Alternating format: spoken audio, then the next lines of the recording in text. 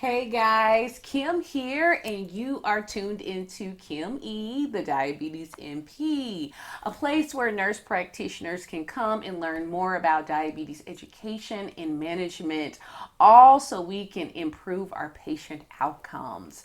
Now, it's been a minute since I have come to you in this form.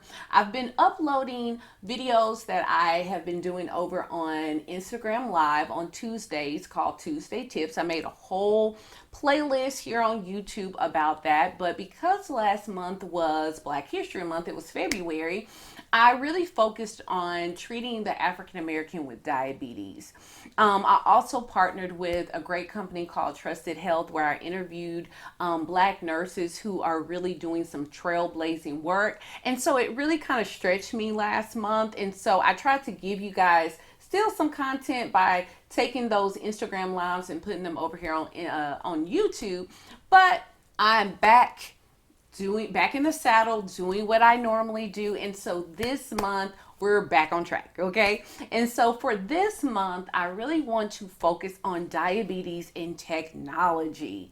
Now, for some of you guys, you may think to yourself, Kim, why do we need to know about technology when it comes to diabetes? Well, I'm going to explain that to you. And the reason why I'm doing this is because I think it's very, very important. And as nurse practitioners, I think that we are positioned well to really, make an impact in this particular subject, this topic. So, why diabetes technology? Why do I feel like we need to discuss this and have a general understanding of technology in diabetes care? Well, clearly, over this past year, we have all been propelled into the virtual and online space more than what some probably feel comfortable doing. We're in the midst of a pandemic, and because of that, technology has been the thing that has kept us all together in every area of our lives. For me, my children, they're in virtual school. I've been seeing patients virtually, and I'm pretty sure many of you all can relate to that. And that's just a couple of areas of my life where I've had to utilize technology, the internet, online, virtual, digital, whatever you want to call it. And so there is no exception when it comes to diabetes care, okay? And the thing is that you're probably already using diabetes technology and you really don't know that you're using it, and it's only going to grow from here. At this point, there were some of us that were already positioned to do things online, do things digitally. So this shift of having to do everything kind of out of necessity really was a smooth transition for some. Some it was not. But now we all have kind of been propelled into this virtual space, and there's really no going back. So really we need to embrace it. We need to prepare ourselves as well as our patients as technology is moving forward, because one thing that we know is technology always moves forward. So now that everyone is pretty much primed to the idea of seeing somebody through a computer screen, a phone, a tablet, and using technology and programming and all the different things that comes with that, we're going to be moving forward and we need to lean into it. So what I want to do through this whole month is I want to talk about not all of the technology that's out there, because I wouldn't be able to go through all of it. And to be quite honest, I'm still learning. Okay. As I'm learning and trying to master, more and more is coming out. So what I'm going to talk about over this month is not all inclusive. This is just some of the bigger ones that you will probably be seeing coming to a clinic near you. Okay. And some of them are probably already knocking at your door. Okay. And so throughout this month, I want to go through just a few. And so today what I'm going to do is go over an overview. Then we're going to go through self-management blood glucose later on in the month. Then we're going to also talk about continuous glucose monitoring. And then we're also going to talk about insulin delivery, specifically through insulin pumps. Okay, and so today we're just going to do a general bird's eye view of what diabetes technology is and what to be expecting with my videos for the next couple of videos. So I do need to give a couple of caveats, a little bit of a disclaimer that when we're talking about tech and the different devices that can be used, you have to understand it matters not what you use if there's no action plan behind it. You can have the best of the best all around, but if there is not interpretation, if there is not an action plan that's behind it, all it is just data. You know what I'm saying? And a lot of times, and we'll get into this now into in later videos as well, is that more so than not, you need to know what to do with the information and the data that you get. Okay. And so I want to just say that when I say that these things can help patient outcomes, it's not like if the patient get it, they're automatically going to magically get better readings, they're going to have better lab values. No, like there is a learning curve that comes with all of them, actually, for our patients and for ourselves. And so there has to be action that happens with the data that we get and what we learn from these devices and the technology that goes with it. Also, it has to also be said that the different things that we're going to be talking about, it has to be individualized, okay? And this kind of goes without saying, but the truth of the matter is that some people are just not going to be good candidates for some of the different options that are out there. Okay, we have to make sure that we're monitoring people's motivation, people's health literacy and numeracy. If people are not able to follow simple directions, if people are not going to remember to do things, if they're not going to be responsible enough, it really doesn't matter what they have. Okay, if they're not going to do it and do it correctly and be committed to the plan, then they may not be a good candidate for certain options. Okay, and so I do want to say those things because this is not a one size fits all. It is not a be all end all. You know, this is not something that these things that we're going to talk about are going to be great tools, but that's what they are. They're just tools. Someone has to use them and use them properly for them to be, impactful. So now I just want to kind of run through the different options that you have. And again, this is not an inclusive list. There's many different things that are coming down the pipe. But these are the biggies that when you talk about diabetes tech, if you Google it, if you read articles, these are going to be the ones that are going to be popping up the most. And like I said, starting with our first one, you probably have been using this already. And these are glucometers. We link this under the self-management blood glucose. And basically that's what your glucometers are. This is where the patient can self-monitor themselves. And so I am 100% sure, I'm going to go out on a limb and say that I'm 100% sure that you have at least one patient that is using a glucometer, if not all your diabetic patients or a good piece of them, okay? But that is considered technology. That is considered diabetes tech. Now, with your glucometers, with your SMBG, this is very easily accessible. People can go out to their pharmacies, they can buy them on their own. They're relatively inexpensive, and many insurances supply patients with diabetes with glucometers. We get pharmaceutical reps that come in and leave us glucometers and things, and you can hand them out however you feel. And so this is something that is very accessible, and this is probably like your lower level of, or lack of better words, lower level of your diabetes tech, because it is inexpensive. It's very accessible to our patients, and it doesn't take a lot to train and educate the patients as well. As a provider, it's like I don't have to know every glucometer out there. They pretty much all are set up the same. They kind of do the same things. They may have different features here and there, but they're pretty much the same across the board.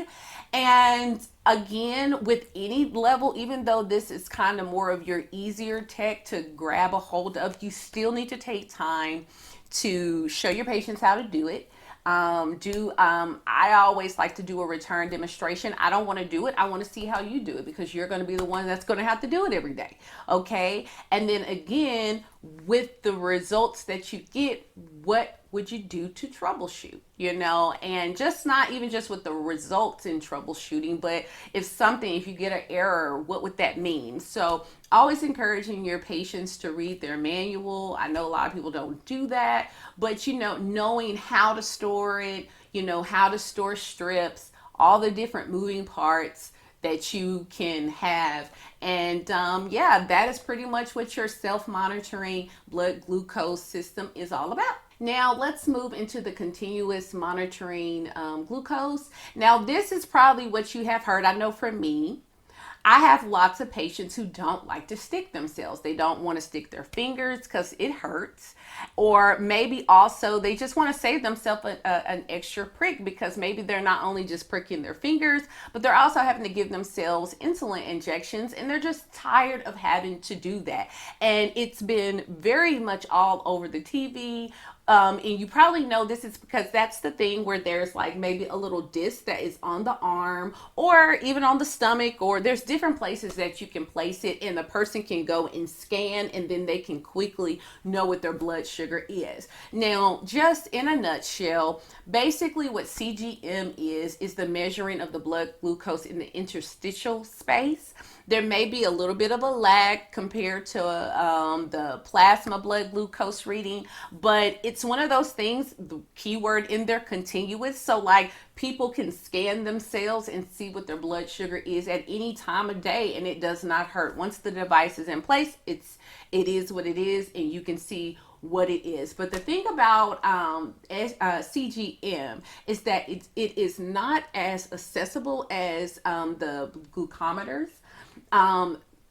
Typically you can get better coverage with commercial versus your Medicare and your Medicaid. You have to have so many standards or so many ticks on the threshold before you're eligible for CGM systems when it comes to Medicare and Medicaid.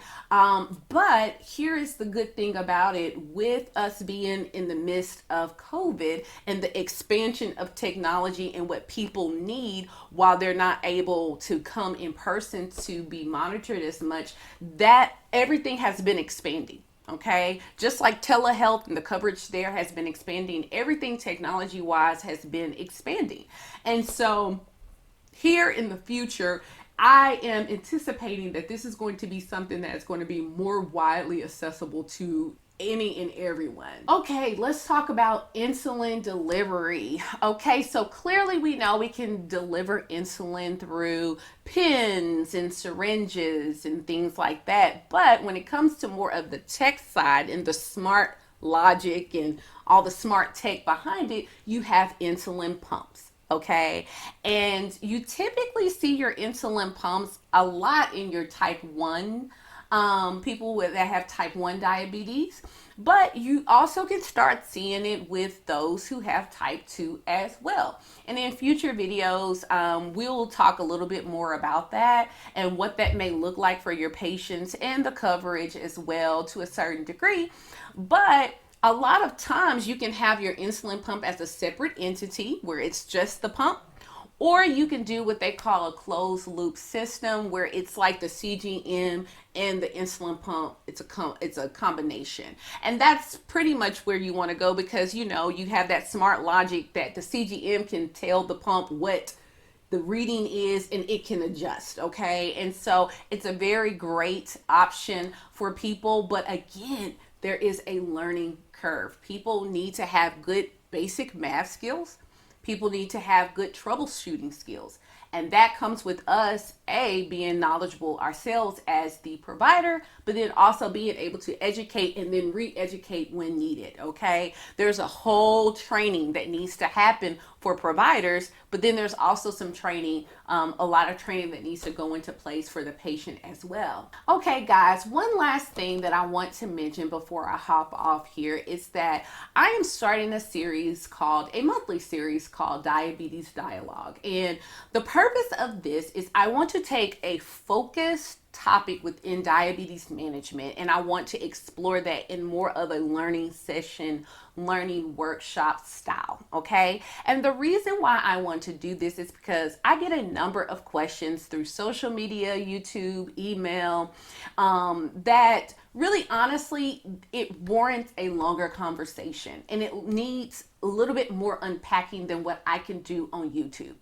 Now, people from all over, YouTube is a search engine. It's just like Google, okay? And so people from all different walks of life, different levels of expertise find me. And so I try to keep YouTube kind of general. And I also try to keep my videos to a certain time limit because I realize that you all are busy professionals as myself. And so with the diabetes dialogue, though, this is going to allow us to kind of get offline. We're still going to be online, but we're going to be in a more intimate environment where you could be more intimate and ask more questions, more interactive.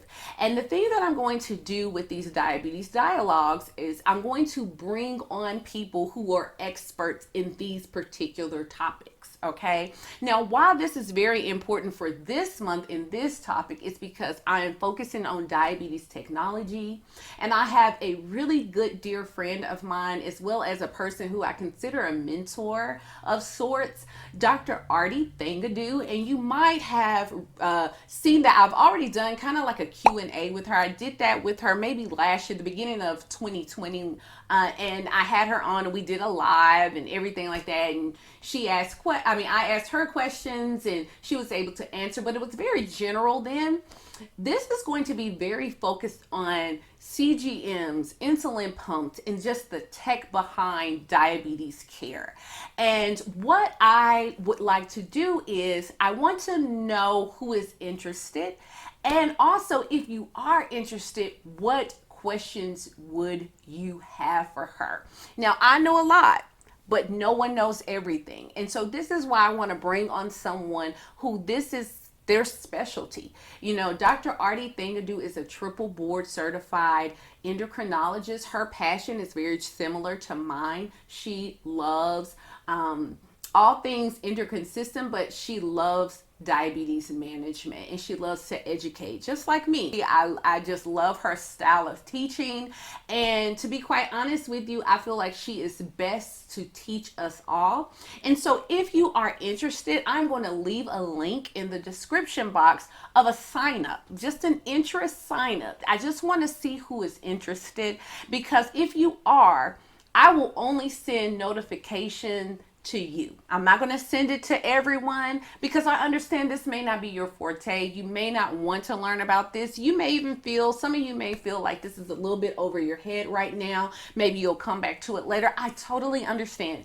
You don't have to feel pressured to do this, but for those who are interested, for those who have more in-depth questions specifically over diabetes and technology, okay, go ahead and sign up through that link in the description box.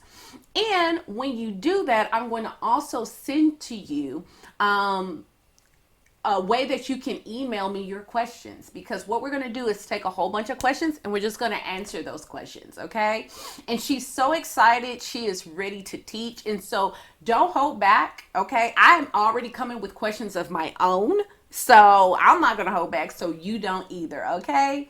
Now, again, this is going to be a month-long theme. Okay. We're going to talk about diabetes technology. And so next week, we're going to dive more deeply into self-monitoring blood glucose.